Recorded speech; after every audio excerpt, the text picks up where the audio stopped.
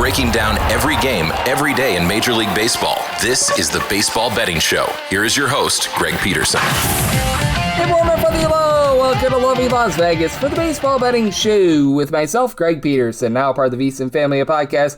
We've got an excellent podcast for you as we're going to be joined in segment number 2 by one of our good friends, Rob Donaldson, who does such great work with the show/podcast, Rob's Best Bets. We're going to be chatting with him about what we might be seeing at the trade deadline, some of the teams that he's feeling bullish/bearish on, maybe a team or two that we don't think are going to go for it, but probably should be going for it. And we're also going to be taking a look at the games that we've got here on Sunday. In the final segment, going to get you guys picks and analysis on every game on the betting board for this baseball Sunday as we touch them all. If you have a question, comment, segment idea, what have you for this podcast, you have one or two ways to be able to fire those in. First one is my Twitter/X timeline at GNet_81. Keep in mind, RCM, they mean does not matter, so as per usual, please do send these into the timeline. And the other way is find an Apple Podcast review. If you rate this podcast 5 stars, it is very much appreciated. And then from there, you're about firing whatever you'd like to hear on this podcast via that 5-star review. And I do beg with you, plead with you, please do send in these Twitter/X questions. Let me know what you all want to hear on this fine podcast. And we had a great day of baseball on Saturday. Let's take a look back at it, try to find some trends, and try to get to know these teams a little bit better. Games from yesterday is Greg buzzing about. Here is the rowdy recap. The Cardinals could not get the job done in the MLB debut of Quinn Matthews as the Blue Jays. They get a 5-1 win. Matthews was not bad here. 2 runs allowed over the course of 5 innings. Luis Castillo, who I have no idea how he's getting innings out of this bullpen. He gives up 3 runs in 1 1/3 innings. Peter Strzelecki, 5 outs out of the bullpen scoreless, and Kevin Gausman, actually a really good start here. Now he gives up 9 hits, but only 1 run as the Cardinals leave 11 men on base. Braden Fisher a scoreless inning, Mason Flaherty out of the bullpen scoreless, and then Jeff Hoffman and Tyler Rogers. They're both able to give you a scoreless inning. The Mets just continue to disappoint. 6-2. The Miami Marlins get the job done here. Tyler Phillips, who has been posting up a north of 6 ERA on the road, gives up just 2 runs over the course of 5 innings. Was cranked deep in this one by Tyrone Taylor, 10th home run season. Zach Thornton, 4 runs, 3 of which weren't given up in 4 2/3 innings as Griffin Conine was able to get his 10th home run season. That would come a little bit later on off of Dan Duarte as Javier Sanja had the home run off of Thornton, 4th home run season. Then for Duarte, gives up that home run to Conine, 2 runs allowed in 1 1/3 innings. Kevin Harrigan, a scoreless inning. Man that I thought might be contributing to the game on Sunday, Jonathan Pintero. He goes for 2 shutout innings, but man, not great here for the Mets. And hey, for John King, scoreless inning for the Miami Marlins. Lake Picard was able to go 3 shutout innings, so very good on him. Good on the Tampa Bay Rays, being able to absolutely lock it down against the Chicago White Sox. We're seeing a lot of underwhelming games right now. This was one of them, 1-0. As Jordan Hicks, the opener, scoreless inning. Noah Schultz from there gives up 1 run in 5 innings, and that'd be the lone run of the game. So Anthony Dominguez, Trevor Richards, they both give you a scoreless inning. And Drew Rasmussen, 10 punch-outs, 6 shutout innings. Cam Boozer, a pair of outs out of the bullpen scoreless. Kevin Kelly, he was able to get a scoreless inning. Garrett Clevenger, and out of the bullpen scoreless. And then you had Brian Baker be able to polish off that 9th inning to be able to get that one in. Being able to get this one in, the Seattle Mariners, 4-3. They're able to take down the Minnesota Twins. As for the Twins, Connor Prelip, not a great start, not a terrible start. 3 runs allowed over the course of 5 1/3 innings. Randy Arozarena takes him deep for his 14th home run of the season. For the Mariners, by the way, they would go 1-12 with men in scoring position, but still enough to get the job done, even though Logan Gilbert gives up a pair of bombs. 3 runs in total in 7 innings, as you had Trevor Larnach get his 9th home run season, Lucas Shield his 5th, but then from there, Gabe Spire, Andres Munoz combined for 2 shutout innings. Meanwhile, for the Twins, Travis Adams, and out of the bullpen scoreless, AJ Minter in his debut with the Minnesota Twins. He gets an out scoreless. Tommy Nance, Cody Funderburg combined for a scoreless inning. Taylor Rogers, a scoreless inning, and then you had Andrew Morris give it up in the 9th inning. Cal Raleigh, a RBI ground out, was able to end the game. So yay, Cal, for doing something. And for the Atlanta Braves, last second they had to start Martin Perez in this one, and he was great. 8-3, the Braves take down the Washington Nationals as Perez 1 hit allowed in 7 shutout innings. He had no idea he was going to be pitching in this game until minutes beforehand, so that was pretty magnificent. From there, Danny Young does give up 3 runs in an inning of work. Victor Medeiros, a scoreless inning, and Miles Michaelis, 4 runs allowed over the course of 6 innings, gives up 3 bombs. Matt Olson, 30th home run of the season. Dom Smith is 8. Ronald Acuna Jr. is 9th. From there, Riley Cornelio, 4 unearned runs given up in 2/3 of an inning of work, as there was a C.J. Abrams error, his 18th of the season, that hurt him. Eddie Yean was able to give you 4 outs out of the bullpen scoreless, but by then the damage had very much been done. Not a lot of damage done to the pitchers in this one. The Milwaukee Brewers, they get a 3-1 win over the LA Angels. For Robert Gasser, he does not get gassed. 1 run allowed over the course of 5 innings. Chad Patrick, 2 shutout innings, and then Ebner Uribe, Trevor McGill, they're both able to give you a scoreless inning. For the Angels, pretty much an impromptu bullpen game. In this one, Brent Suter, 2 shutout innings out of him. From there, Sammy Natera, he gives up 1 run over the course of 2 innings, 4 innings from the bulk guy in Brett Carey. He only gives up 1 run, that 1 run being a solo home run to Jake Bauers, 2nd home run of the series, 20th of the season. Kirby Yates from there, he gives up a run in an inning, but nothing doing for the Angels at the plate. Quite a bit doing for these guys, though. How about a 12-6 win for the Colorado Rockies? As for the Royals, this was not what Luinder Avila was hoping for. He gives up 6 runs over the course of 2 2/3 innings. Cranked deep in this one by Hunter Goodman. The good man was able to give you his 32nd home run of the season, and then his 33rd, as he also goes deep off of Alex Lang. Lang gives up that home run in 2 innings for Matt Strom. Gives up a home run to Willie Castro, his 12th home run of the campaign, and then you had Easton McGee give up a run in 1 1/3 innings. Lucas Erceg, he continues to suck, 3 runs allowed in an inning. And Ryan Feldner, he does give up a pair of home runs, gives up in total 4 runs over the course of 6 innings, as it was Mr. Salvador Perez, 16th home run of the season, and then Jack Haglione, his 18th. John Rave, a little bit later on, 2nd home run of the season off of Jimmy Erget, who gives up 2 runs in an inning. But by then, the damage had very much been done, as Victor Vodnik and Juan Mejia, they were both able to lend a scoreless inning as well. Being able to lend quite a few scoreless innings as well. The Boston Red Sox, 3-2, they're able to take down the LA Dodgers. For the Dodgers, they got a solid start out of Yoshinobu Yamamoto lengthwise. He does give up 3 runs, including 2 home runs, as going deep off of him, Ceddanne Rafaela twice. His 13th and 14th home runs of the campaign. And then from there, you did have a scoreless inning out of Alex Vesia, but Peyton Tolle, he makes the Dodgers pay the toll. He gives up 2 runs over the course of 6 innings. He does give up a home run along the way to Teoscar Hernandez, 10th home run of the campaign, but from there, Justin Slayton, Teran Guerrero, and Aroldis Chapman, they're all able to turn scoreless innings. So Red Sox now 59-51. Hard to believe these guys were 10-plus games below 500 at one point. For the San Diego Padres, they slammed the San Francisco Giants, 6-5 the final. Walker Buehler, not what he was looking for, 3 runs allowed in 4 1/3 innings, as he does give up a home run in this one to the young gun. Home run number 1 of the season for Alivas Baspi. Hopefully I got that name correct. And then you'd have Wandy Peralta, Adrian Monajon, both give you 4 outs out of the bullpen squirrels. Jeremiah Estrada gives up 2 runs in a 1/3 of an inning. Mason Miller, 5 outs out of the bullpen to be able to get the W, as Tyler Mully, well, he got mauled. Freddie Fermin took him deep for his 4th home run in the campaign. He gives up 5 runs in total in 5 2/3 innings. From there, Keaton Wynn, 4 outs out of the bullpen squirrels. Caleb Killian, a squirrels inning, and then Dylan Smith gives up the walk-off winner as Jake Cronenworth, RBI single. That's able to end it. For the Pittsburgh Pirates, they find a way to be able to get the job done. This by a count of 4-1 over the Cincinnati Reds. For Andrew Abbott, he just had a tough time with command. 5 walks in this one, gives up 3 runs over the course of his 5 innings. From there, Zach McKembley gives up a run in an inning. Sam Mull, Julian Garcia, Caleb Ferguson, I'll give you a scoreless inning, and then Braxton Ashcraft. He was not a load of Ashcraft. Gives up a home run to Jose Trevino, his 4th home run in the campaign, but that's all that he would give up. Carmen Molzinski from there, 3 shutout innings, and then Gregory Soto, scoreless inning to be able to hold down the fort. Also being able to hold down the fort, the Houston Astros, 5-4. They take it to the Walker, Texas Rangers, as Jacob deGrom continued to have struggles. 5 runs allowed over the course of 3 1/3 innings. From there, the bullpen was quite good. Cole Winn was able to give you a pair of outs out of the bullpen scoreless. Tyler Alexander, 2 shutout innings. Peyton Gray, Chase Silseth, the newly acquired Chase Silseth, they were both able to give you a scoreless inning as well. But on the flip side, for the Astros, their bullpen was nearly equally as good, as Ronald Blanco was not long for this game, goes 4 2/3 innings. He gives up 3 runs, but from there, Bennett Sosa was able to hold down the fort for an out of the bullpen scoreless. Daniel de los Santos, he gives up a home run in his work, as he gives it up to Elias Diaz, 5th home run season. Wyatt Langford, earlier on off of Mr. Blanco, gets his 13th home run of the campaign, but yeah, Stephen Okert give you 4 outs out of the bullpen squirrels. Brian Abreu, Josh Hader, scoreless 8th and 9th innings to be able to get that one in. For the Philadelphia Phillies, they shut out the Baltimore Orioles 5-0 the final. Christopher Sanchez, his best road start of the year, 11 punch-outs. He did walk 5, but 6 shutout innings. From there, Jonathan Bullen, Jose Alvarado, Yohan Duran, they all give you a scoreless inning, and the Wizard of Oz takes a loss. Shane Baz was good, though. 1 run allowed in 6 1/3 innings. That's pretty solid. Uncle Rico Garcia, pair of outs out of the bullpen scoreless, but Andrew Kittredge, pair of runs given up while getting it out of the bullpen. Same for Grant Wolfram, gives up 2 runs. When he gets 1 out, Yomir Hidalgo, he does give you 4 outs out of the bullpen scoreless, but damage by then had been done. For the Arizona Diamondbacks, they do a ton of damage. 12-8, they take down the Cleveland Guardians. Parker Messick just not long for this game. 2 runs, 1 of which was earned in 4 1/3 innings. A typically good Guardians bullpen from there was rough. Colin Olerman wasn't 5 outside the bullpen scoreless, but Hunter Gaddis, 4 runs given up in 2/3 of an inning, and he was taken deep.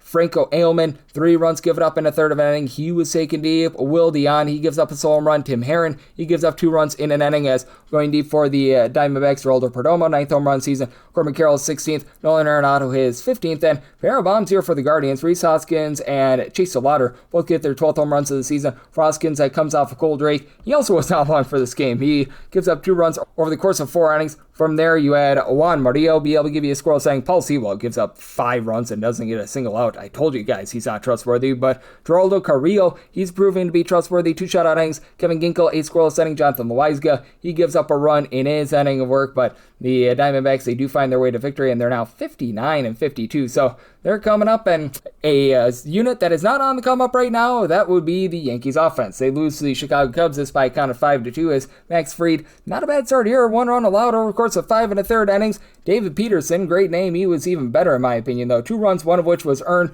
in his 6 1/3 innings, does allow a home run to Spencer Jones, 5th home run season, but Trent Thornton, pair of outside the bullpen scoreless. Jacob Webb, Caleb Theobar, they both give you a scoreless inning, and then Anel Shavili, pair of outside the bullpen scoreless. Fernando Cruz, he gives up 2 runs and only goes for 2/3 of an inning as he gives up a home run to Nico Horner, 6th home run season. Brian Edrick gives up a run in a third of an inning, and then you had the other Cruz come in for an inning, Giovanni Cruz, he gives up a run along the way, and this one is currently wrapping up as I do this. Need to have this up by midnight Pacific, 3 o'clock a.m. Eastern, but we know how this one is going to go. The Tigers, they're currently in the lead on the Athletics by a count of 8-6, bottom of the 9th, 2 outs, and Jack Perkins just continues to get lit ablaze. 6 runs allowed over the course of 5 1/3 innings, was taken deep 3 times. Gleyber Torres, his 6th home run of the campaign. Kevin McGonigal, his 11th, and then how about home run number 1 for the highly touted prospect Max Clark? Hey, congratulations, him.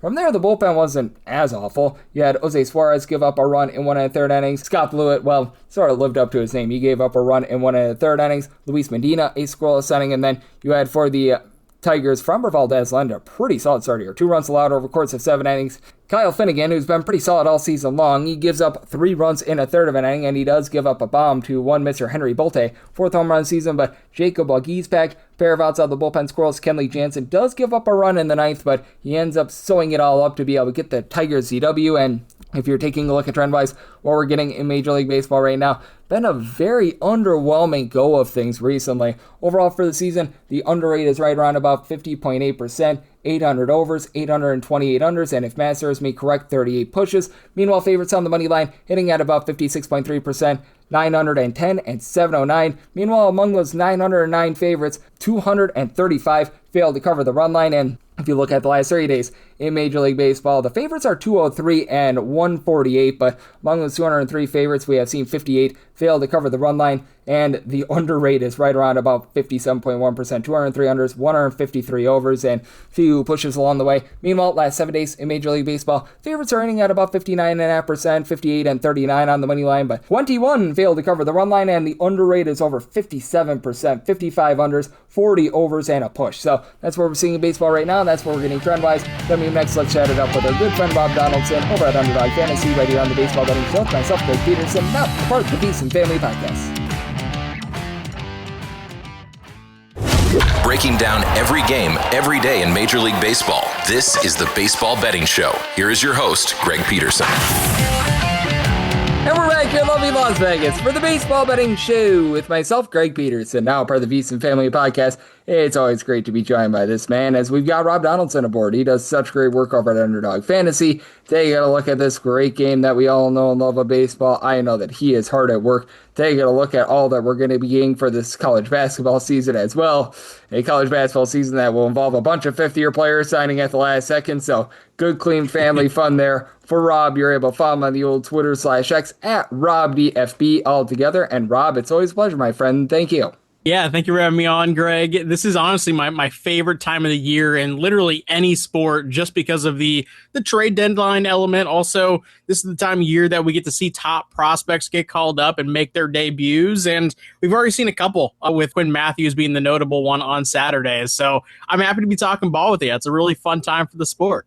It is a fun time because here in the next 48 to 72 hours, the trade deadline is going to have come and gone. And how are you taking a look at this trade deadline? Because I just feel like there's still a lot of unknown as to what's going to be happening as we record this late on Saturday.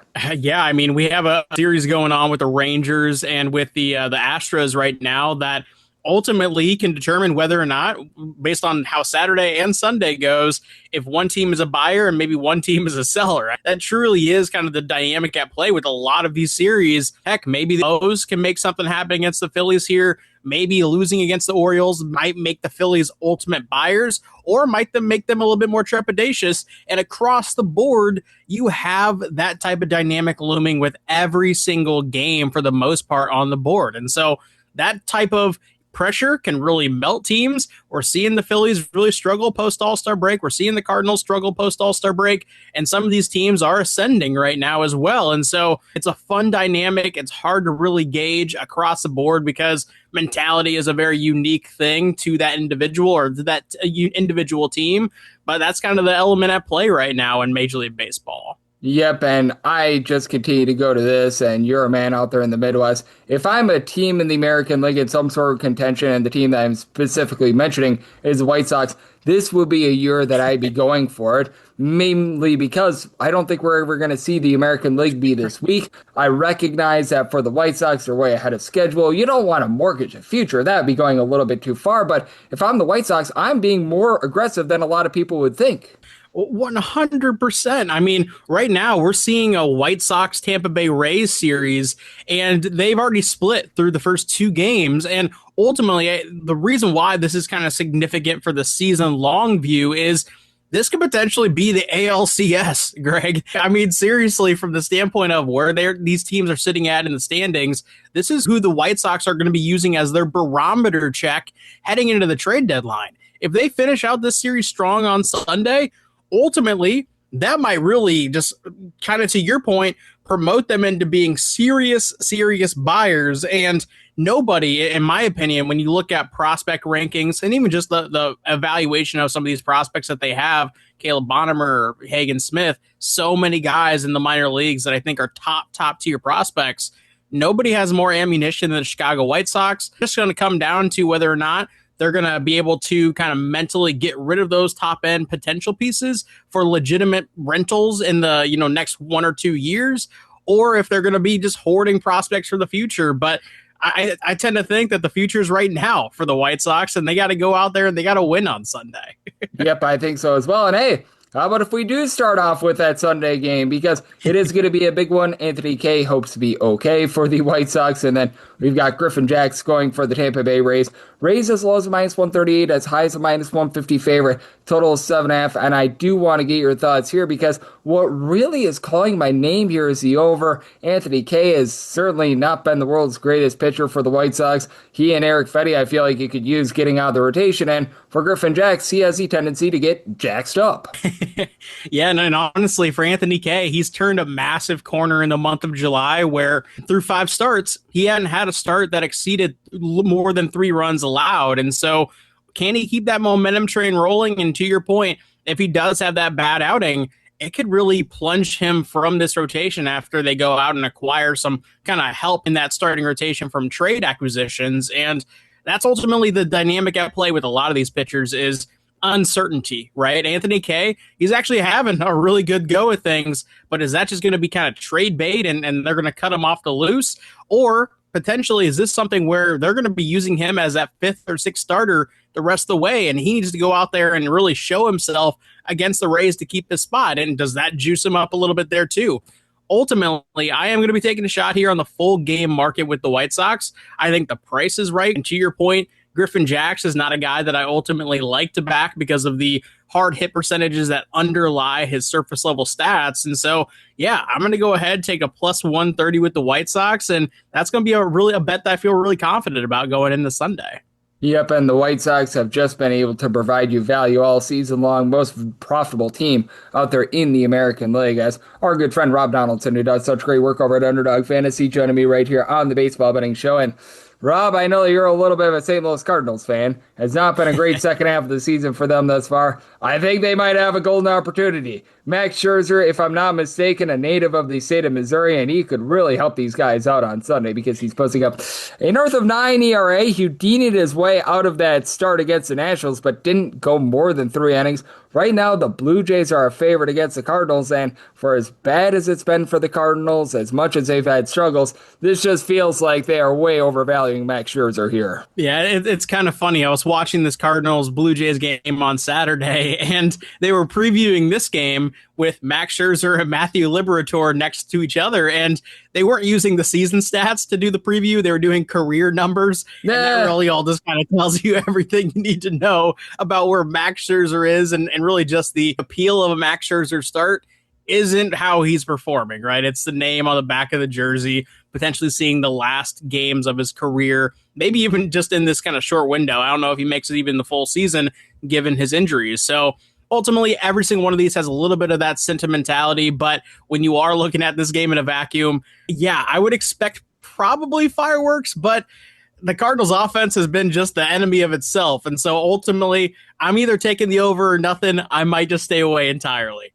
Yep, and little did they know it's now going to be Michael McGreevy most likely getting the start instead of Liberatore. And for Matthew Liberatore, man, it's been a rough season for him. So, yep, good, clean family fun out there. And this one I think is going to be interesting as well because with the Yankees, pitching has been great. Offense has been awful. Wind is going to be blowing in at like 15 plus miles per hour. We've got Garrett Cole versus Colin Ray with the Yankees right around minus 125, total of 6.5. And I mean, in a start involving Colin Ray, 6.5 total, I would have laughed at you in almost any other circumstance, but I think the under might actually be live here.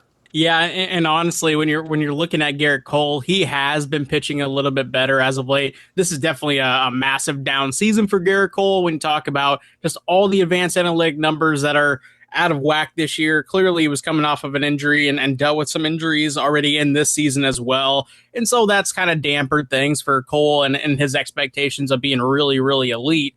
But kind of to your point, when you're talking about the Wrigley Field, and you got to do your homework when it comes to the elements at play in this stadium on any given day. And this example is a great example as to why, because Colin Ray, all he has to really do is those hard fly balls that you've been giving up all season and even going back a couple seasons now, just keep them in the yard, and that's going to be very, very aided by in-blowing wind at 15 miles per hour. So, yeah, I'm looking at the under here. I think through the first 5, it's a great under piece while the lineups are getting sort of acclimated to the environment at play. And ultimately, even a guy like a Colin Ray with, a blown-up ERA and a guy who might not find himself in the rotation here in 2 days, I tend to think that he's going to go out on a high note almost inherently because of the elements here.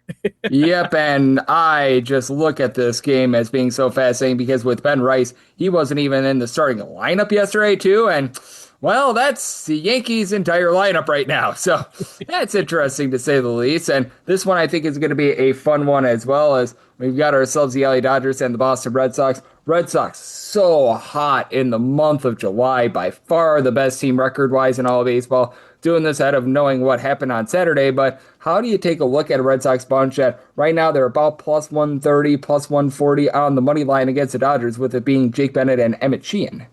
Yeah, and the fun thing about Jake Bennett is, he was a trade acquisition piece from the Nationals, obviously not during the Clay Anthony Early for Curtis Mead deal, but I mean, what a steal this guy has turned into in year one, because you look at his underlying numbers, you look at his surface level numbers, and it looks like we have a legit pitcher on our hands, and the Red Sox are going to have kind of a key rotation piece in the middle for a long time. And yeah, we'll see what happens on Saturday, but the Red Sox have been awesome. We'll see if they dump some baggage in Jarren Duran here in the next couple of days. That's kind of the fun storyline at play, given all the antics, given how he's performing, and potentially it just being the right time to deal a player like that to actually improve. I think going into the trade deadline, the Red Sox, they're feeling great. This is a team that's now a legitimate adder at the deadline, a buyer, and I think they're going to go out on a high note here on Sunday.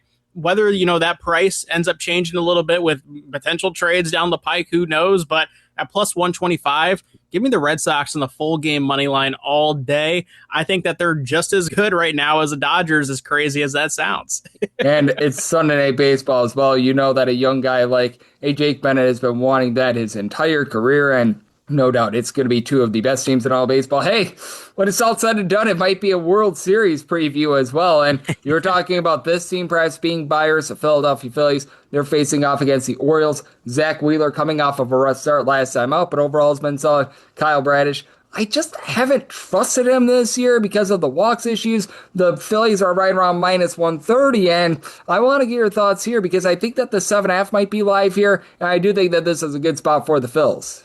Yeah, and ultimately with Kyle Bradish, I really love Kyle Bradish because the underlying numbers in terms of hard hit percentages are so appealing, and he's got really wicked strikeout stuff. But to your point, he's an enemy of himself almost every single time that he takes the mound. And that's just, the nature of some of these kind of wiry strikeout pitchers with crazy stuff is the control element of the sport. And on the other side, Zach Wheeler is a guy that dials it all in, right? He's got crazy stuff. He's got longevity in this game, and he's got the ability to kind of put a pitch where he wants to put the pitch. And right now, the Orioles are a team that have kind of felt like they've been just kind of melting. They're still in the mix. They've been only sitting 500 for the last 20 games, but they're like 2 games out of the wild card picture. They're being pegged as sellers. They probably are going to be sellers. I think that's the ultimate smart move long term.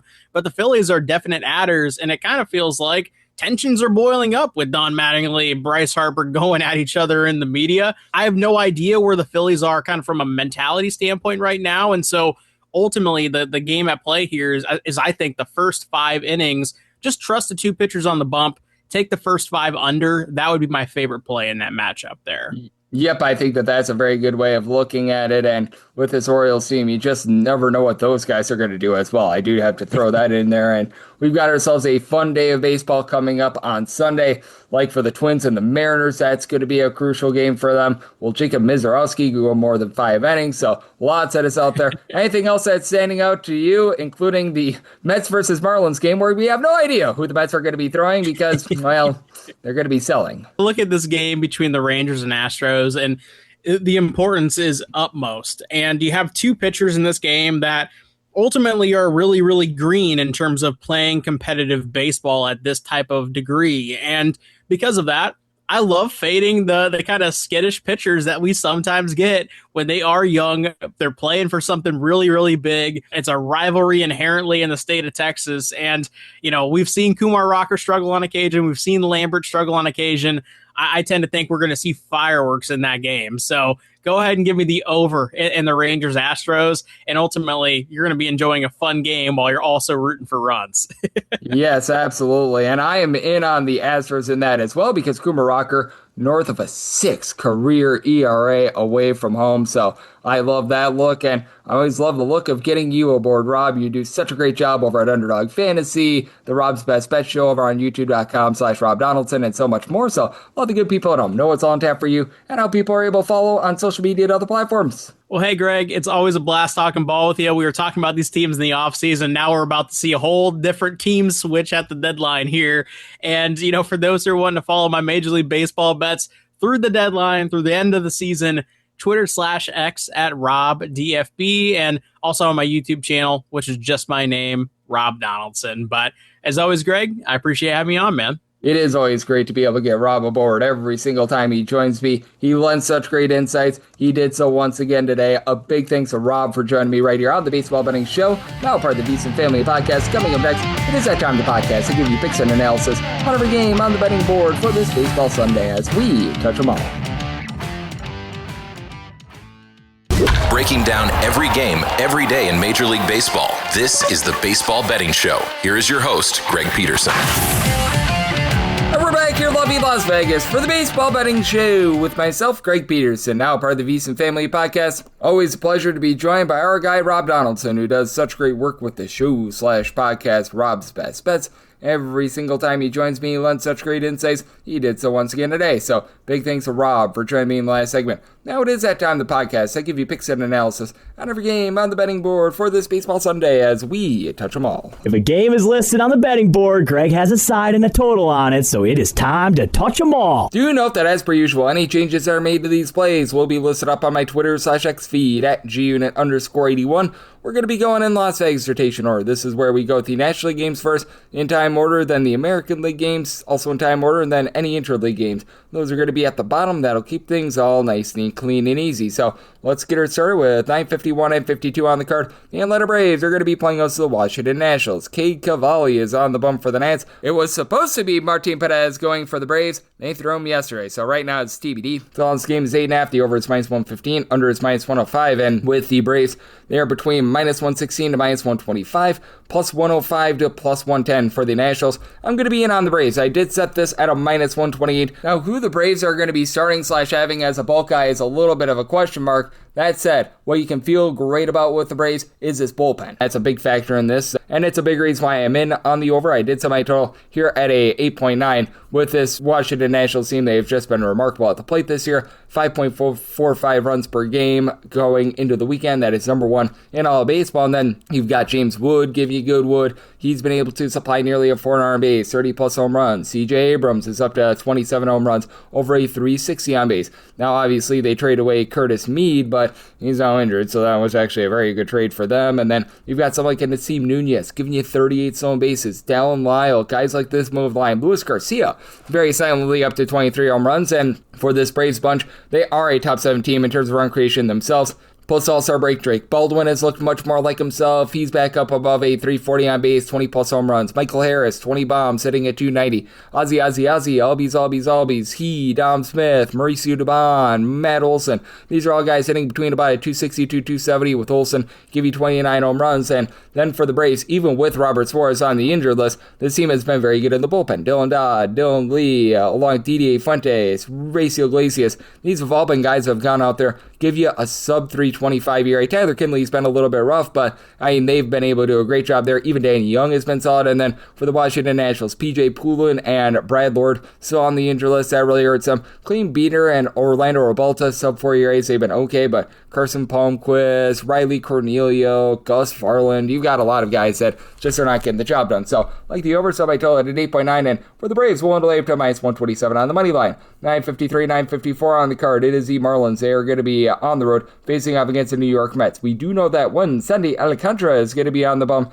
for Miami. Right now it's undecided for the Mets, and Marlins open up the -114 favorite, +106. That is your number currently on the Mets with a total of 9. The over is -112, and the under is -108. The Mets were hoping to have Clay Holmes make this start, but apparently he is going to be making another minor league rehab start, so it's looking like a relatively full-fledged bullpen game for the New York Mets, and if so, I'd be willing to lay up to a -111 here with the Miami Marlins. Like, this is just an absolutely grody situation right now for the New York Mets. Like, man. And this could go up or down a little bit. Going to be very, very curious to see what happens here. And I did set a total of an 8.6. So at a 9, I would be in on the under, mainly because I just don't trust in the Mets to be able to get you this over. They've actually been able to score some runs without Juan Soto in the fold, but I wonder how much of a mainstay that's going to be. To have the likes of a Tyrone Taylor, Bo Bichette, Carson Bench, Francisco Alvarez, these guys hovering between about 10 to 12 home runs. Able to throw in their Mark Vientos, so we haven't seen him in quite some time, but who's getting on base in this lineup? Right now, A.J. Ewan is the only guy in this lineup with over a 330 on base right now, so it's been absolutely awful there. We got Luis Robert back, but he has not been great, and then on the flip side for the Miami Marlins, one of the best base stealing teams in all baseball, you've got the likes of Otto Lopez, Xavier Edwards, Jacob Marcy, Esteri Ruiz. These have all been guys who have been able to give you 17+ home bases. Kyle Sowers is up to 15+ home runs, but Liam Hicks is your main man in terms of getting on base as well. He and Esteri Ruiz between about a 360 to a 370 on base. We'll say I like what I'm seeing out of Griffin Conine. He's got about a 350 on base, 9 home runs, and about like 120 or so at bats, so that's been solid, but it is a Marlins team that they themselves are a bottom 8 team in terms of home runs out of per at-bat basis. And then with Sandy Alcantara, he just has not been himself in terms of swings and misses. Now he's been able to do a nice job in terms of keeping things out in front of him, and he's really not being taken yard too much, only about 1 home run allowed per 9 innings, 2.3 walks per 9, but 382 ERA, 395 fielding dependent, and it is a Marlins bullpen that is very much toilet bowled here because you're dealing with the Anthony Bender injury.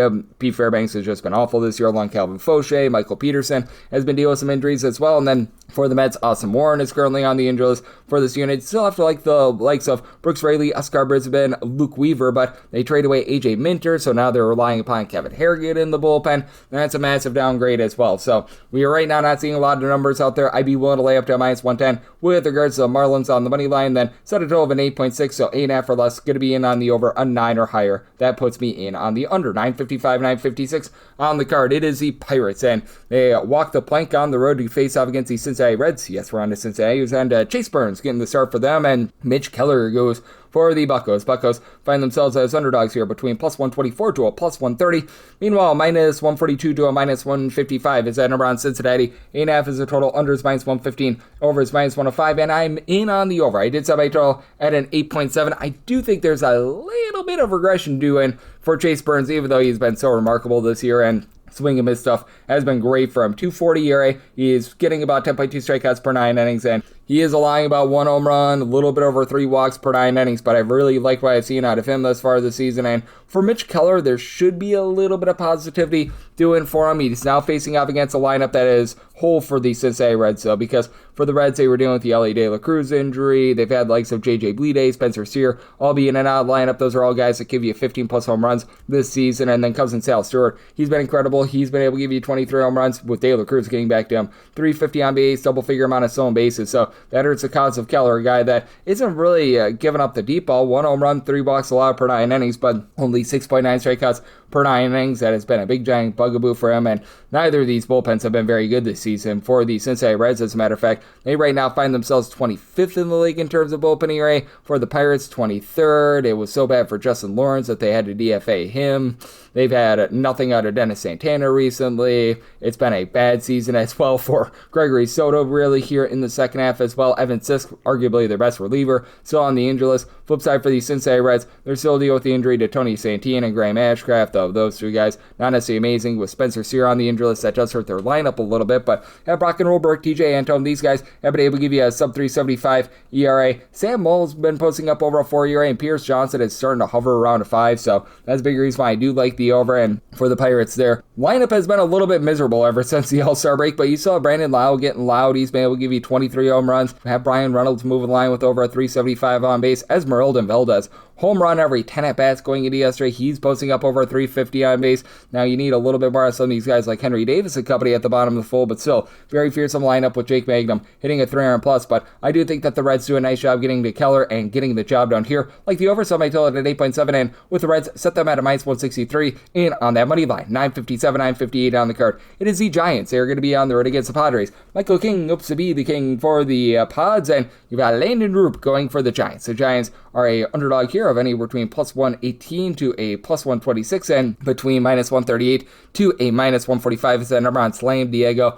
Mostly seeing 8s with regards to total, over and under anywhere between minus 105 to a minus 115. Seeing a straight 8.5, under is minus 120, over is even, and I am going to be in on the Padres. I did set my money line price at a minus 142. For Michael King, he's just not getting the same amount of swings and misses as he has in the past. He's still a relatively effective pitcher, 338 ERA. Do fear a little bit of regression here with a 4.12 fielding dependent, but he's been able to keep the ball in the yard. 0.9 home runs allowed per 9 innings, a 3.6 walks and 7.8 strikeouts per 9. Not necessarily sterling, but what he also has behind him is a really good bullpen, as obviously Mason Miller. He's going to be a guy that's going to be brought up in a lot of trade conversations, but Yuki Matsui, who I think that he got used up quite a bit a day or 2 ago, so he might not be available in this game, but those 2 guys, Adrian Morejon, you've got a lot of guys for this team that have been able to supply a sub-325 ERA out of this bullpen. Throw in there Wandy Peralta as well. Then on the other end for the Giants, they've been dealing with some injuries, with Yoel Piguero still being out of the fold. Caleb Killian has seen his ERA go above a 4. Eric Miller has been relatively solid. He's down below a sub-350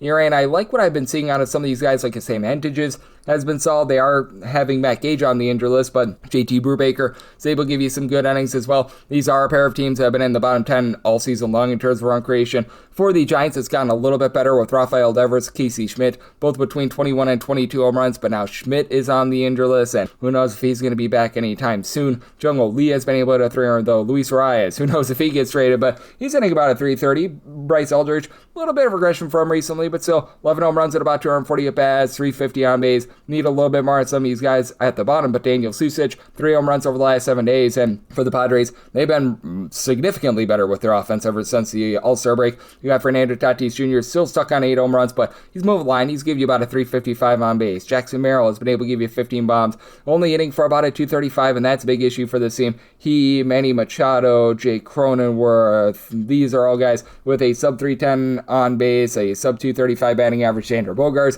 about a 313 on base. It's been rough for him, but hey, you've got Ty France to give you 16 home runs, right around about 345 on base, and with Landon Roop, he's an interesting cat because he does give up a few too many walks, but does a relatively solid job not giving up a lot of hard contact, and he's been able to get some strikeouts this year. In my opinion, he's been better than the 4.12 ERA, 338 fielding dependent, 9 strikeouts, 0.6 home runs allowed per 9 innings. I did take the 8 to the over with the way that both of these offenses have been improving recently, and for the Padres, want to lay up to a minus 141 on the money line.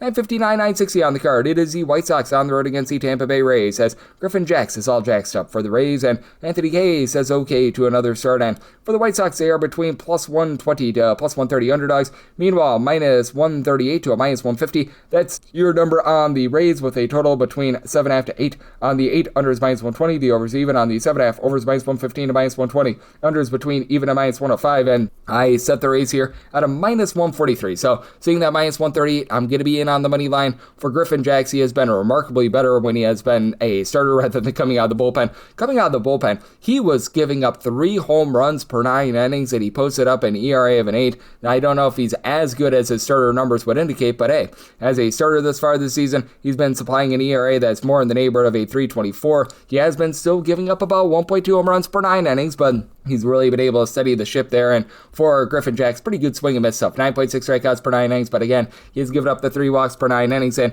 for Anthony Kay, he does a solid job in terms of keeping things out in front of him, not allowing a ton of hard contact with 1.2 home runs per 9 innings, but 3.6 walks, 7.6 strikeouts per 9 innings, 494 fielding dependent to go with that 4.25 ERA. Both of these bullpens, good but not great. Rays are about 14th in the league in terms of bullpen ERA, depending upon what happens on Saturday, right around about 11th for the Chicago White Sox. And for the White Sox, they've really been able to have some nice finds here recently. The likes of a Grant Taylor, Sean Newcomb, Brian Hudson, these are all guys give you a sub 3.25 ERA. Trevor Richards, since joining the White Sox, has been quite good as a long guy as well. And this is a White Sox team that is in the top 8 in terms of overall run creation. Trio of guys, Miguel Vargas, Colson Montgomery, Montaka Murakami, have all been able to give you at least 23 home runs this season. Now, need more than a 296 on base out of Mr. Colson Montgomery, but hey, he's been able to give you quite a bit of something. Tristan Peters, a former Savannah Banana, along with Randall Grichuk, Chase Meadroth. These are guys hitting between about a 262, 270, and Saman Antonacci at the top has been able to give you an on-base percentage about a 370. For the Rays, you've got a pair of guys, Yandy Diaz along Jonathan Aranda, who have been able to give you 14 to 15 home runs apiece, both above a 370 on base. Junior Caminero, 30 plus bombs. He gives you about a 370 on base. And then these mix and match guys like a Johnny DeLuca, Ben Williamson, Nick Fortes, falling above a 245 is big. Fortes is actually hitting right around about a 275. So love what he brings to the table. You've been able to have Chandler Simpson do a nice job swiping bags for the Rays after a rough start to the season. Garrett Clevenger has really been able to round into form in this bullpen. Really still do not trust in Craig Kimbrell, but you know what, Kevin Kelly, Brian Baker, these guys have been able to give you a sub 325 ERA. Cam Boozer has been a nice pickup as well. So trust in Jax and the Rays here. I'm going to be willing to take a shot on the Rays on the money line and think you get some runs. Semi-total at 8.1, like the over. 961, 962 on the card. It is the Rangers, and they are going to be on the road. They're facing off against the Houston Astros. It is going to be Kumar Rocker on the bum for the Rangers. Right now it is listed as undecided for the Astros, but it's looking like Peter Lambert. And right now with the Astros, they're between minus 120 to minus 126 favorites, plus 104 to plus 112. That number on Texas, 8.5 to 9 is the total. On the 9, the under is minus 120, the over is even, and on the 8.5, over is minus 120, under is even money, and set the Astros at minus 146. I'm going to be willing to take a shot on them on the money line for Peter Lambert. Yes, he does have a little bit of a walks issue, but he's been a really nice surprise here for the Astros. Right now, supplying a 306 ERA, fielding dependent, more around about a 391, only 1 home run allowed per 9 innings. Again, those 3.4 walks per 9 innings. They do have to have you a little bit concerned, but he comes in great form. 6 earned runs allowed in his last 5 starts, and he's gotten 6+ punch-outs in 4 out of his last 5 as well. Meanwhile, for Kumar Rocker, he has just gotten rocked when he's been away from home this season. For Rocker, he's got a 4.03 ERA, 4.13 fielding dependent, 8.2 strikeouts per 9 innings, 1.1 home runs per 9, so he's been able to run into form, and I did say this season he's been rocked away from home. How about if we make it his entire career? For his career at home, 3.63 ERA, about 1 home run allowed per 9 innings. Away from home, over 1.6 home runs per 9 innings, 6.03 ERA. And for the Rangers, over the last 60 days since June 1st, they have been a bottom 8 team in terms of bullpen ERA. They are dealing with quite a few ailments with that bullpen as well. Chris Martin is currently on the injured list, still without Robert Garcia, and you've been relying upon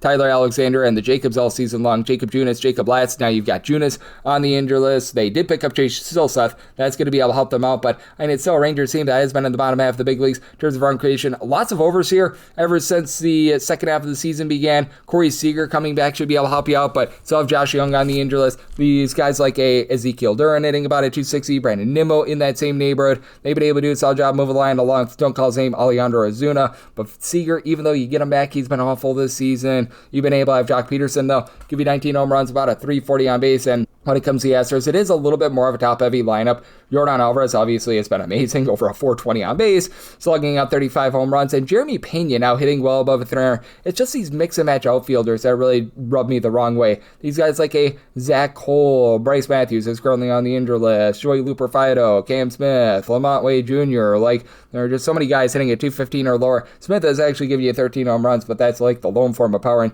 Yadier Diaz hits at 261 and 8 home runs in less than 200 bats. He just does not draw walks whatsoever. So a very interesting circumstance here. I did set the total at an 8.7, so I'm going to be in on this over. And I do like the Houston Astros here on the money line. Set them at a minus 146, 963, 964 on the card. The Tigers are going to be on the road facing off against the Athletics. Gauge jump goes for the Athletics. Kadir Montero is on the bum for Detroit. Detroit is a small favorite here, as you're going to be laying with them anywhere in the neighborhood of minus 106 to a minus 115. Minus 102 to a minus 108 is that number on the Athletics. Total on this game is 11 to 11.5 on the 11. Over and under both at minus 110 on the 11.5. Under is minus 120. Over is even, and I'm in on the Tigers. I did set my money line price at a minus 122. Recognize that Kadir Montero is probably not going to be going out there and lighting the world on fire with his swing and miss stuff. 334 ERA, closer to a 3.7 fielding dependent. 6.4 strikeouts per 9 innings, but 0.9 home runs, 1.9 walks per 9 innings. Engaged jump has been quite good with these swing and miss stuff. He's getting about 9.7 strikeouts per 9 innings, but he is giving up now 3.6 walks per 9. We've seen him give up 4+ runs in now 4 out of his last 6 starts, and for jump, he has been getting absolutely jumped when he has been at home. How about a 5.24 home ERA compared to a 2.51 ERA away from him, despite the fact that his swing and miss stuff has actually been up at home. And for the Athletics, in over 6.30 bullpen ERA since June 1st. My goodness. They can't find anyone in this bullpen to be able to get them some outs, as Elvis Alvarado has been in the building for an over 5 ERA. You just have not been able to get anything out of these guys like a Luis Medina, Jose Suarez. The long guys have all been providing an ERA that's well above a 3.75. Been having Hayden Junger maybe give you some okay innings, and I like Hogan Harris, but past that, there's really not much to speak of for the Athletics. Now they're dealing with Shea Langoliers being on the injury list, Zach Aloff is on the injury list, Joshua Kurta Grauer, he had a ruptured testicle, and I'm not even kidding when I say that, so not great there. Nick Kurtz, he's been able to give you a 400 base, 20+ home runs, but has not been himself since coming off the injury list. And low-key, Tyler Soderstrom has been one of the best hitters in all baseball since the beginning of the month of June. Absolutely love what he's been able to put together, as he's got an on-base percentage above a 350 in that time span, 10 home runs and less than like 150 at-bats in that time span, so he's been able to do a nice job there for the Tigers. This has been more of a league average lineup now. They're right around about 15th in terms of run creation. You've been able to get some good production out of Dylan Dingler, 23 home runs, he's hitting about a 270. Sub, Kevin McGonigal, Gleyber Torres, Riley Green, I'll give you over a 350 on base. We'll see if any of those guys get a move. Cole Keith has made a move line for the team as well, and Spencer Torkelson is up above 15 home runs, but man, he's just not reaching base whatsoever. Heyu Lee has actually been able to do a solid job hitting above a 250, and Javi Baez might be back in the fold sooner rather than later for this team as well, so it makes it an interesting circumstance. I do like the Tigers to be able to get the job done. They've been a top 8 team in terms of bullpen ERA since June June 1st. So these guys like Jacob O'Gee's back, Tyler Holton, Drew Anderson, I'll give you a sub 375 ERA. Kyle Finnegan has been sure-handed. So in on the Tigers money line, I like the under. Semi-total 10.4. 965, 966 on the card. It is the Mariners. They're going to be playing us to the Minnesota Twins as Taj Junkel, Milton Bradley is on the bum for the Twins, and George Kirby goes for Seattle. Seattle does find themselves as a favorite here, anywhere between minus 135 to a minus 140, between plus 113 to a plus 128. Your number on the Twins, 7.5 is the total, over and under, both at minus 110 there. It's also seeing some sevens with the juice on the 7 at a minus 125 to a minus 130 on the over. Under is between a plus 105 to a plus 110, and I'm going to be willing to take that 7 after the under. Semi-total at a 7.1. George Kirby has been very solid for the Seattle Mariners team. He always does a great job in terms of not giving up a lot of walks. Now, we'll say for George Kirby coming off of a rough start last time out against the Rangers, but I'm 398 ERA, but a 364 fielding dependent, 1.1 home runs, 1.9 walks allowed per 9 innings, only about 8 or so strikeouts per 9 innings, but still, he's been able to do a very solid job in terms of holding down the fort, and he pitches in a very pitcher-friendly ballpark. Meanwhile, for Taj Bradley, 2 runs or fewer allowed in 6 out of his last 8 starts, 365 ERA, 10.4 strikeouts per 9 innings, but he's backed up by that just so gruesome bullpen of the Minnesota Twins. Right now, they find themselves still in the bottom 6 in the big leagues in terms of bullpen ERA. It gets a little bit better because they picked up AJ Minter here a few days ago, and I will say, Andrew Morris, Andres Gomez, these have been guys that have been able to give you some presentable innings, but when you're trusting in these guys like a Cody Lawyerson, Taylor Rogers, Travis Adams, it just has not been great, to say the least, for the Twins. They're certainly going to be missing Buxton moving forward, but they do have guys that are able to move the line. Trevor Larnach, Ryan Jeffers are both give you above a 365 on base. I mean, at the bottom of the fold, you've been able to get about a 355 or so on base as well out of Austin Martin. Just, you're really lacking the power right now. Royce Lewis has been shaky all season long. Brooks Lee is up to 15 home runs though, and then for the Seattle Mariners, it's been all over the place with regards to their offense. So Randy Arozarena, 375 on base. He, Colt Young, Dom Canzone, Julio Rodriguez, these are guys all between about 14 to 18 home runs this season. Cal Raleigh is just taking a big dump, 269 on base. That's not been great to say the least. And Colt Emerson, not really living up to his billing, about a 250 on base, but also do have a Mariners bullpen that is in the top 8 in terms of ERA. Matt Brash, Cooper Criswell being out hurts them, but Gabe Spire, Jose Ferrer, Edward Bazardo, these are guys give you a sub 325 ERA. So, want to trust in the Mariners here on the money line, set them at a minus 148, and I'm in on the under. I semi-total at a 7.1. 967, 968 on the card. It's the Phillies. They're going to be on the road against the Orioles as Zach Whelan and Dylan Wheeler goes for the Phils, and Kyle Bradish for the Baltimore Orioles. Orioles do find themselves as a underdog of plus 110 to a plus 120. Meanwhile, minus 128 to a minus 135. That's your number on the Phillies. 7.5 is the total. Over is minus 120. The under is even. I'm in on the over. I did set my total at an 8.1. I just haven't been overwhelmed by what I've seen out of Kyle Bradish this season, which means that I am going to be in on the over for an overwhelming game. For Bradish, just giving up way too many free passes. 374 ERA, 386 fielding independent, 8.7 strikeouts to 4 walks per 9 innings. That is quite a bit of a concern. And then for Zach Wheeler, he has been pretty tremendous as far this season, coming off of a rough start last time out against the Miami Marlins, and he was doing for a little bit of aggression. 253 ERA, 3 fielding independent. He's been able to get now 10.7 strikeouts per 9 innings, so that's really been able to help out the cause, but goes up against an Orioles team that has been a top 12 offense in terms of run creation at home. Gunnar Anderson needs to give you more than the sub 300 on base, but he's been able to go yard constantly this year, 18 home runs. Pete Alonso's up to 23 bombs. Now, the batting average for many of these guys is very concerning. Leody Taveras is sitting below a 225.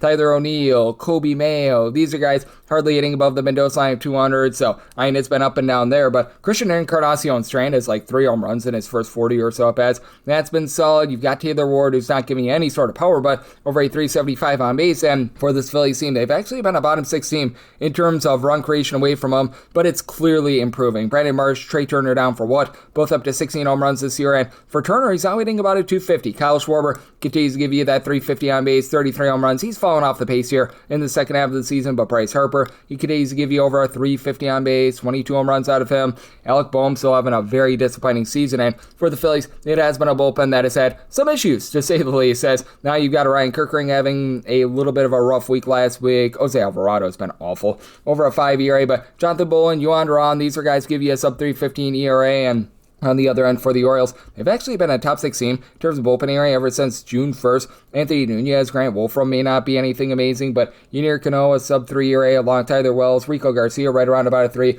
Albert Suarez has been a presentable long guy, but in the end, I do think that Zach Wheeler gives you the better start here. I'm going to be willing to lay the Phillies on the money line, set them at a minus 134, and I do like this total to the over, so I total it at 8.1. 969, 970 on the card. It is the Cardinals, who they're going to be on the road against the Blue Jays. Max Scherzer is on the bump for the Blue Jays, and Matthew Liberatore for the Cardinals. Cardinals are a underdog here of even money to minus 102, minus 1010 to a minus 120, so it's just minus 110, not minus 1010. That's your number on the Blue Jays. 9 is the total. Over and under anywhere between minus 105 to a minus 115, and I like the Cardinals here. I set them at a minus 114. Max Scherzer, not the world's worst start against Washington Nationals a few days ago, but he didn't even fill 3 innings. And for the Blue Jays, they were able to save quite a bit of that bullpen 2 days ago with Dylan Cease. Yesterday was a pretty solid start for them. You've got the likes of a Tyler Rogers, Louis Varland, who have been able to give you a sub-3 ERA, but you're really rolling the dice on the rest of these guys like Jeff Hoffman, Mason Flaherty, Braden Fisher. They've all got above a 3.90 ERA. It's been up and down. What you've been able to get out of some of the long guys as well. It was so bad that they had to just let go of Tommy Nance. And for the Blue Jays, they continue to be in the bottom 3 in terms of run creation this year. A little bit better yesterday. Vlad Guerrero Jr., though, still stuck on 6 home runs with a 345 on base. George Springer knows if he's going to be moved at the deadline. He had a nice day yesterday, but I mean, it's all about trying to be able to move line for the team. Nathan Lukes is sitting at 275. Ernie Clement sitting at 290. Kazuma Okamoto, lone guy on the roster with over 12 home runs. He's been able to give you 22 plus bombs, but he's only hitting about at 230. And then for the Cardinals, I think that they tee off on Max Scherzer right now. Got an ERA above a 9, fielding independent above an 8, about 3.2 to 3.3 home runs allowed per 9 innings, 5 walks allowed per 9 as Ivan Herrera in games played away from home over a 375 on base. JJ Weatherholt, Alec Burleson, both have 15 plus home runs, both have a 347 on base, very identical. Now the bottom full with some of these guys like Pedro Pajes, Jimmy Crooks, Blaze Jordan. You're going to need a little bit more out of them, but Jordan Walker continues to give you 22 plus home runs. He's been able to about a 280, and for the Cardinals, it has been a shaky bullpen all season long, especially now that Jojo Romero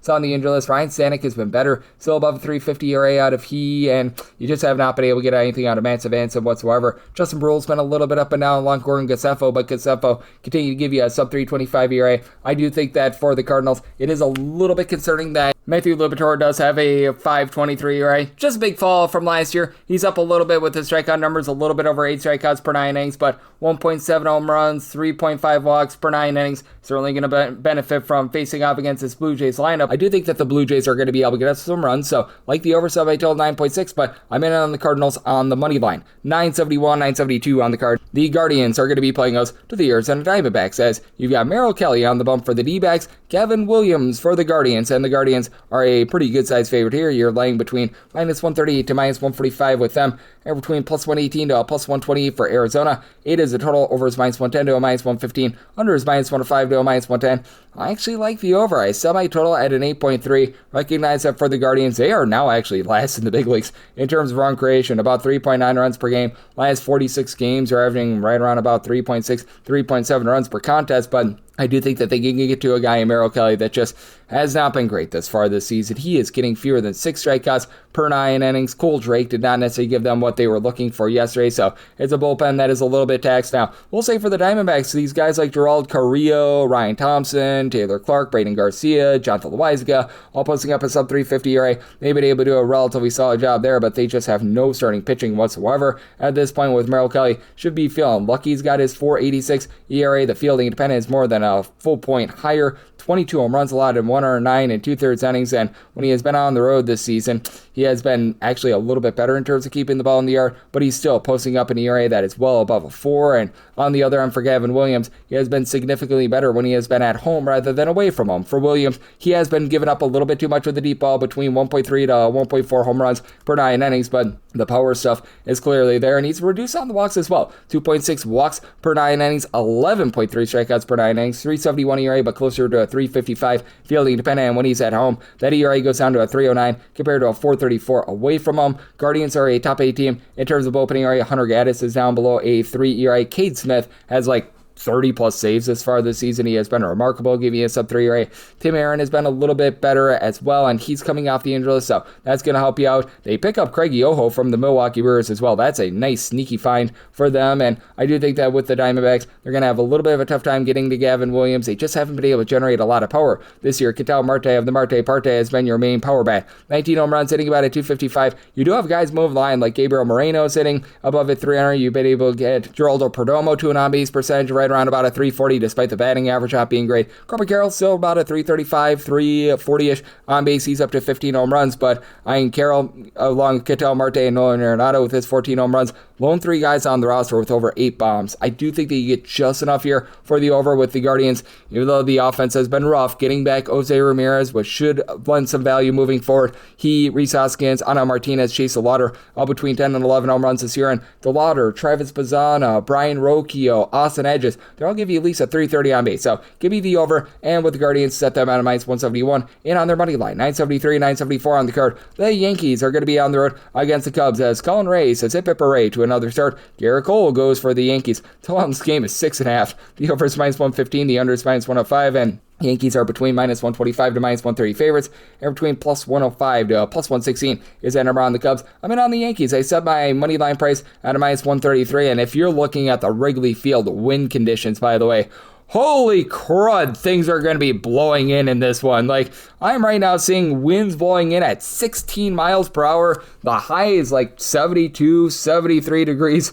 These are not great August hitting conditions, to say the least. In lovely Las Vegas, it's like 110, so could definitely use those conditions right now. But that said, with the New York Yankees, they've been averaging about 3.5 runs per game over the last 35 games. They haven't been able to get a lot of power there, and Ben Rice was out of the fold yesterday, so we want to be noting that. But Paul Goldschmidt, Jazz Chisholm, they've been able to give you 16 home runs apiece. Chisholm is hitting like a 225. I will say, love the 30 stolen bases as Jose Calabrillo, 25 stolen bases, but where is the power coming from, especially if Rice is out of the lineup once again? You've had Ahmed Rosario only about a 235. Yasan Dominguez, less than a 300 on base. Spencer Jones has given you a little bit of something recently, but catcher spot has been miserable. It's just rough for the Yankees lineup, but this bullpen has been absolutely tremendous for the team. They are number 1 in terms of bullpen ERA. David Benar, Paul Blackburn, Francisco Cruz. You just go down the list of guys. They'll give you a sub 325 ERA. They trade away Camilo Duvall, who's a weak link in that bullpen. That's actually a good thing. And then for the Cubs, they're dealing with all sorts of injuries with that bullpen as well. Porter Hodge has been out for the entirety of the season. Ethan Roberts, Hobie Milner, Riley Martin, Daniel Palencia. Like, man,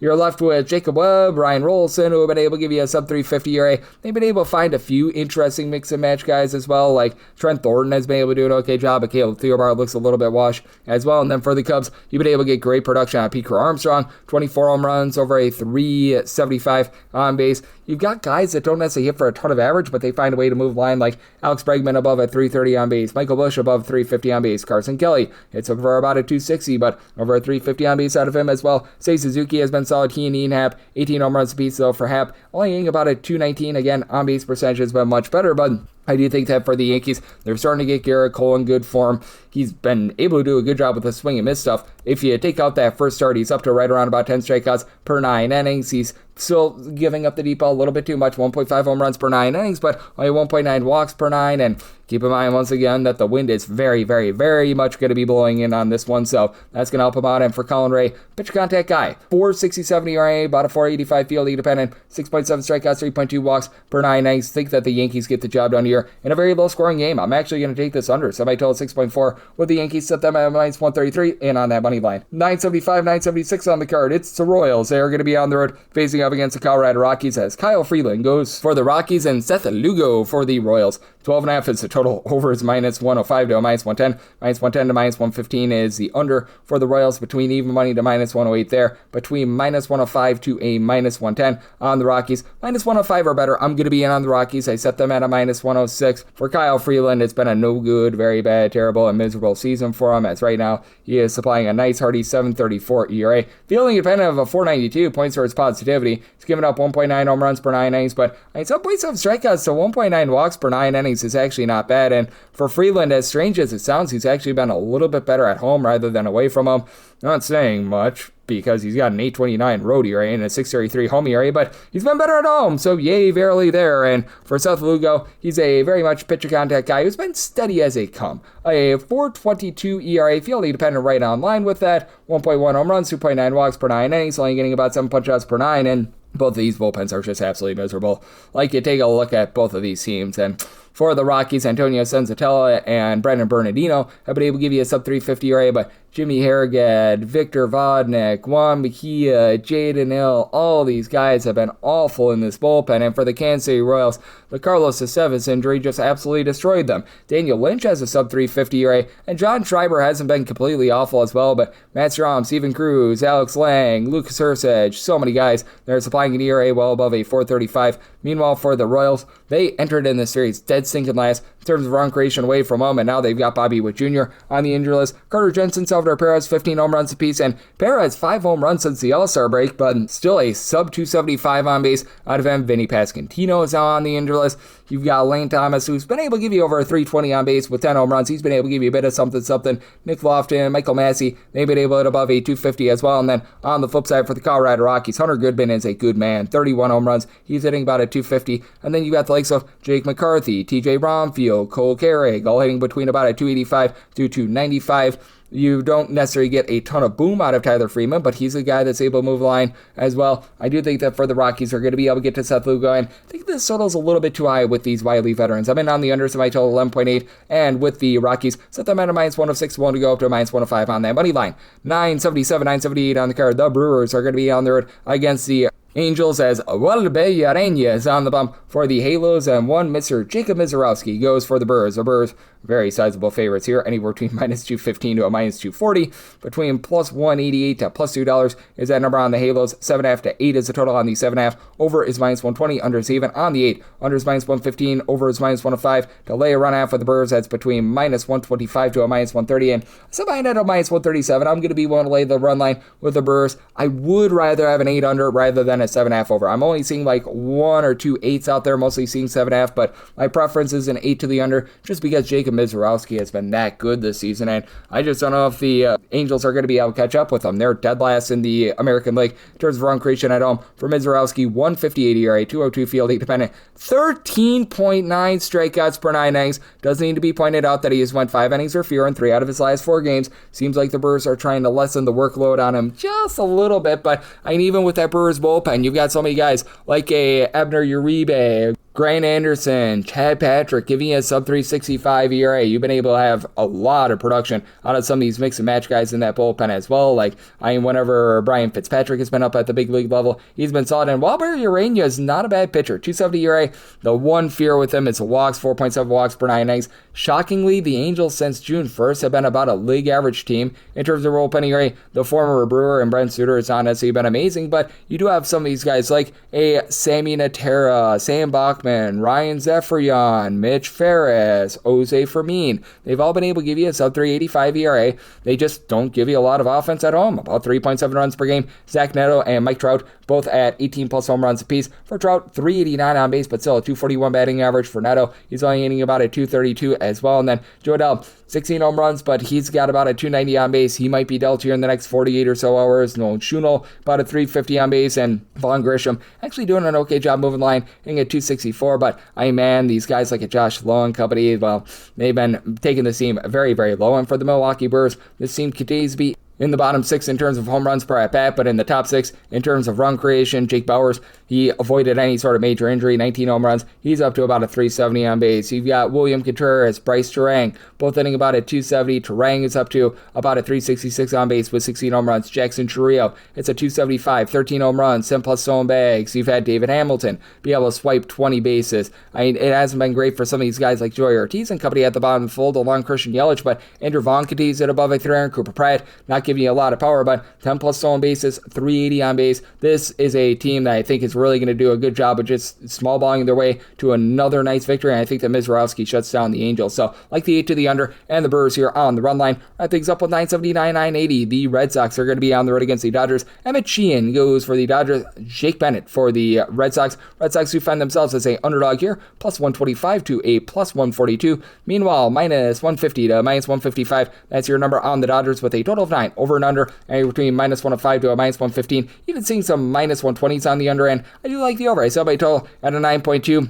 For the Red Sox, while overall for the season, the offense has not necessarily been amazing, they've actually been a significantly better offensive team when they've been away from home rather than at home. About 3.9 runs per game at home, over 4.5 runs per game when they've been on the road. And for the Dodgers, it's actually the exact opposite. 4.5 runs per game at home, away from home, that's up to about 5.8 runs per contest. So that's a really interesting just sort of split there. But I do think that the Dodgers are going to do a nice job getting to a guy in Jake Bennett who, he's been very rock solid in terms of not hurting himself this season, but I do fear that the overall contact that he gives up is going to lead to a regression. 274 ERA, 320 fielding dependent, 6.3 strikeouts per 9 innings. He only gives up about 1.5 walks, 0.7 home runs per 9, but that's a little bit of an issue. Meanwhile, for Emmett Sheehan, he's been significantly better throughout his career when he has been at home rather than away from home. 495 ERA with 1.7 home runs allowed per 9 innings this year, but the fielding independent of a 440, that points towards a little bit of positivity for his career. 320 ERA at home, and he's been giving up a little bit over 1 home run per 9 innings throughout his career at home. 552 road ERA, 1.8 home runs allowed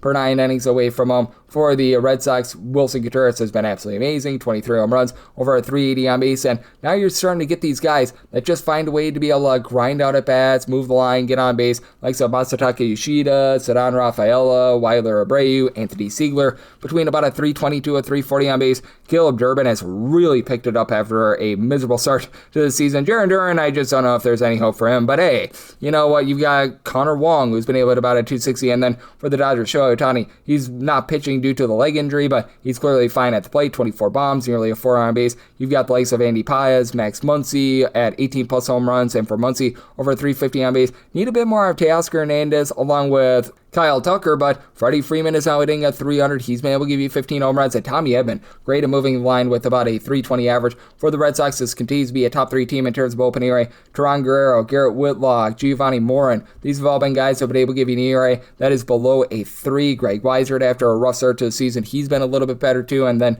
obviously you've got Aroldis Chapman, but for the Dodgers now, you're getting back Edwin Diaz. We'll see how he's able to reacclimate. Alex Vesia, Tanner Scott. These have been guys who have been able to give you a sub 325 ERA. Now you've got Brock and Roll Stewart, who's currently on the injury list, and we've seen Will Klein, Kyle Hurt, some of these guys start to regress a little bit, but do think that the Dodgers on Sunday Night Baseball get the job done. Like the over, so by total 9.2, one to lay up to a -153 on that money line, and that'll wrap things up for the Sunday edition of the Baseball Betting Show, now part of the VSiN family of podcasts. Big thanks to our guy in Rob Donaldson, who does such great work over at Underdog Fantasy. He joined me in the last segment. If you do like hearing from his fine podcast, Baseball Betting Show, you're able to subscribe wherever your podcasts, Apple Podcasts, Google Play, Spotify, Stitcher, and TuneIn. If you have a question, comment, segment idea, whatever you for this podcast, you have one of two ways we'll fire those in. First one is my Twitter/X timeline at @GNN_81. Keep in mind, large CM, they mean does not matter, so per usual, please do send these into the timeline. Other ways, find an Apple Podcast review. If you rate this podcast 5 stars, it's very much appreciated. From there, you're able to fire in whatever you'd like to hear on this podcast via that 5-star review, and